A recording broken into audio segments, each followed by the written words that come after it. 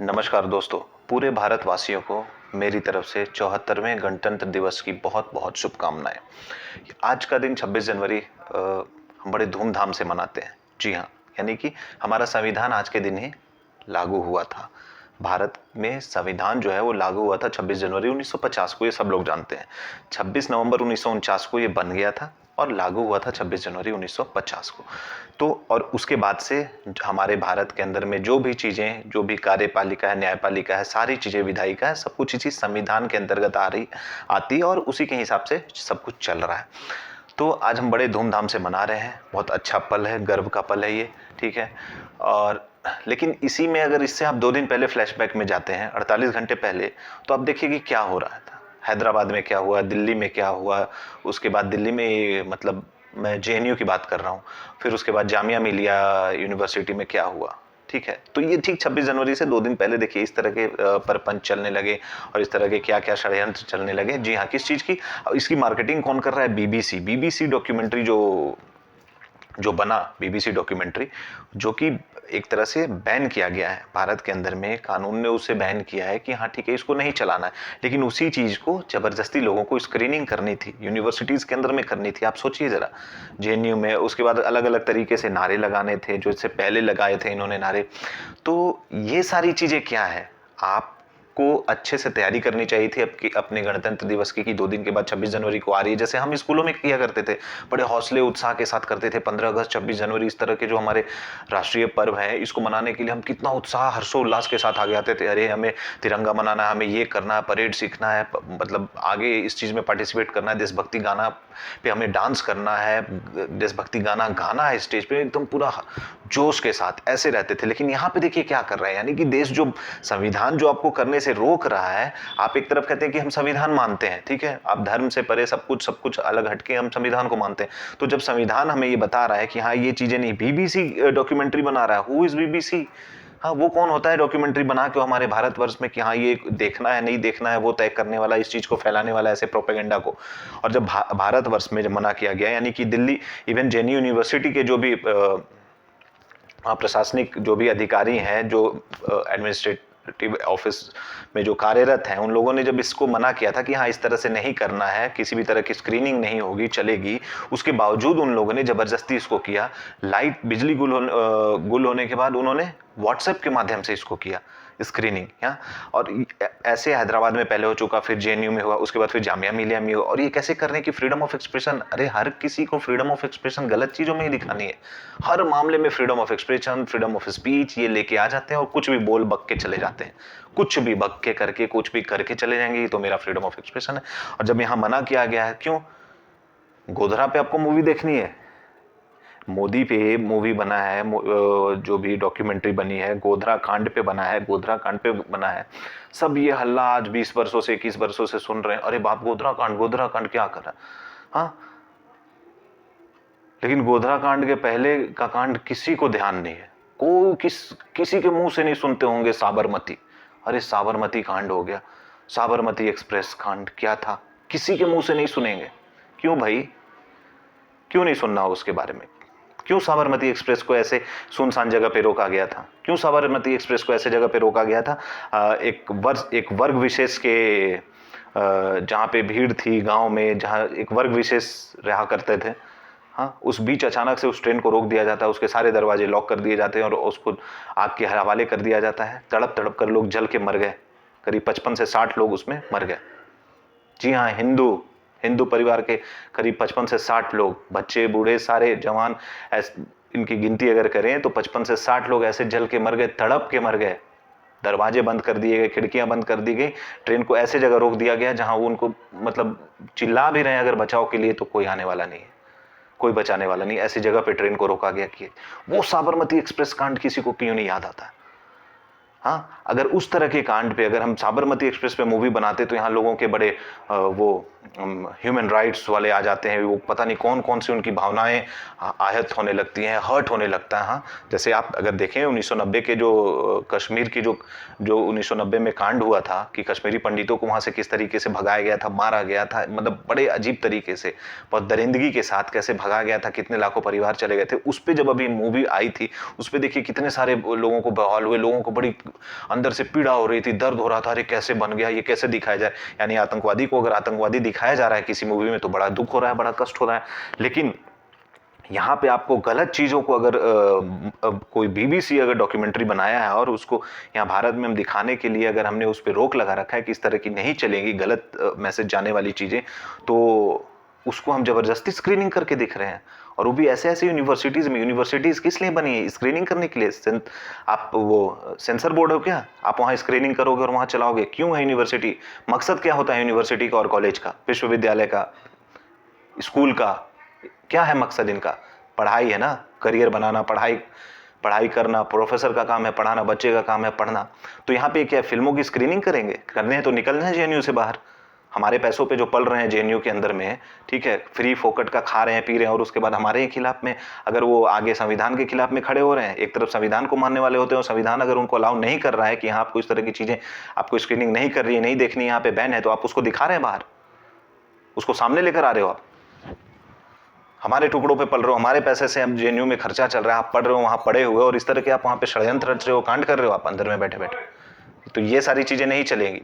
और इसको इस पे देखना पड़ेगा, इसको हर लेवल से देखना पड़ेगा, राजनीति लेवल से देखना पड़ेगा कि अगर कोई शिक्षा मंत्री का क्या काम है? देखना है कि विद्यालय विश्वविद्यालय में क्या काम चल रहे हैं। अरे भाई, जिस मकसद से उसको बनाया गया आप उसको करें ना। उसमें हॉस्पिटल क्यों बना हुआ? हॉस्पिटल, मेडिकल चीज़ें, ये सारी चीज़ें क्यों बनी? कोई इंजीनियरिंग प्लांट, मशीनरी प्लांट बना हुआ किस लिए बना है? हाँ भाई, कुछ टेक्निकली कुछ सप्लाई के लिए प्लांट बना हुआ है, क्योर करने के लिए, मरीजों को ठीक करने के लिए हॉस्पिटल बना हुआ है। अब वहाँ पे हम क्या करने लग जाएंगे? वहाँ पे हम लोगों को फूड पैकेट्स बांटने लग जाएंगे, बूफे काउंटर खोल देंगे क्या वहाँ पे? अरे भाई, वो बूफे काउंटर होटल के अंदर में अच्छा लगेगा, उसको होटल में चलाएंगे। यहाँ पे जो चीज के लिए बना है, जिस मकसद के लिए, हम उसकी वो सेवा देंगे। तो ठीक उसी तरह विश्वविद्यालय में क्या काम करना है? वहाँ स्क्रीनिंग करनी है आपको पिक्चर की। ये अलाउ ही क्यों होना है? मेरा तो ये सवाल है कि चलिए ये तो पिक्चर बैन थी कि हाँ ये इसको आपको नहीं देखना है, बीबीसी डॉक्यूमेंट्री जो बनाया है इसको आपको नहीं चलाना है, उसको लोगों ने जबरदस्ती चलाया, इसको साइड कर दीजिए। कोई भी नॉर्मली जो चीजें चल रही है, जो बैन नहीं है, अलाउ है इंडिया में भी, तो विश्वविद्यालय के अंदर में स्क्रीनिंग क्यों करना भाई? हाँ, इतने काबिलियत का ठेका ले रखे हो जेएनयू वाले और जो भी बाकी ये सारे यूनिवर्सिटी वाले, काबिलियत का ठेका रख रखे हो, तो सामने आके बात करो ना, तर्क वितर्क करो ना। ये वहां बैठ के इस तरह के काम क्यों करने? वहां पढ़ने के लिए पढ़ो, हो गया पढ़ाई तो निकलो बाहर, बाहर जाके करो अपने प्रपंच जो भी करने हैं। पैसे हमारे खर्च हो रहे हैं, हमारे पैसों पे वहां सारे तो मजे मार रहे हो, सारे के सारे वहां बैठ के खा रहे हो, बैठ के सूखे सूखे बैठ के वहां कुर्सियां तोड़ रहे हो, और उसके बाद क्या कर रहे हैं? तो भाई ये सारे उटपटांग चीजें कर रहे हैं जो संविधान के खिलाफ है, कानून के खिलाफ है। हाँ, देश विरोधी नारे लगाने लग जाते हैं वहां। क्यों भाई? वो नारेबाजी के लिए है क्या?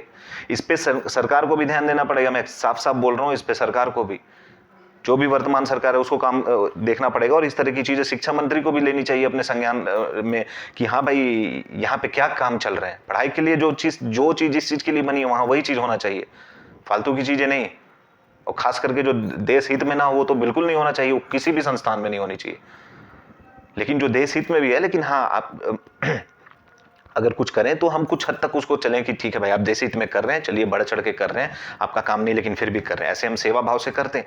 लेकिन ये गलत चीजें थोड़ी करनी है कि आप पढ़ाई के ऐसे मतलब विद्या के मंदिर में बैठ के आप ये सारे काम कर रहे हैं, ये शिक्षा दे रहे हैं, आप प्रोफेसर हो, स्टूडेंट्स हो, क्या कंट्रोल है आपका वहाँ पे? नियंत्रण क्या है? ऐसा कोई मजाल नहीं है कि हाँ कोई कंट्रोल आप रखेंगे बना के और वहाँ पे उसको तोड़ दिया जाएगा।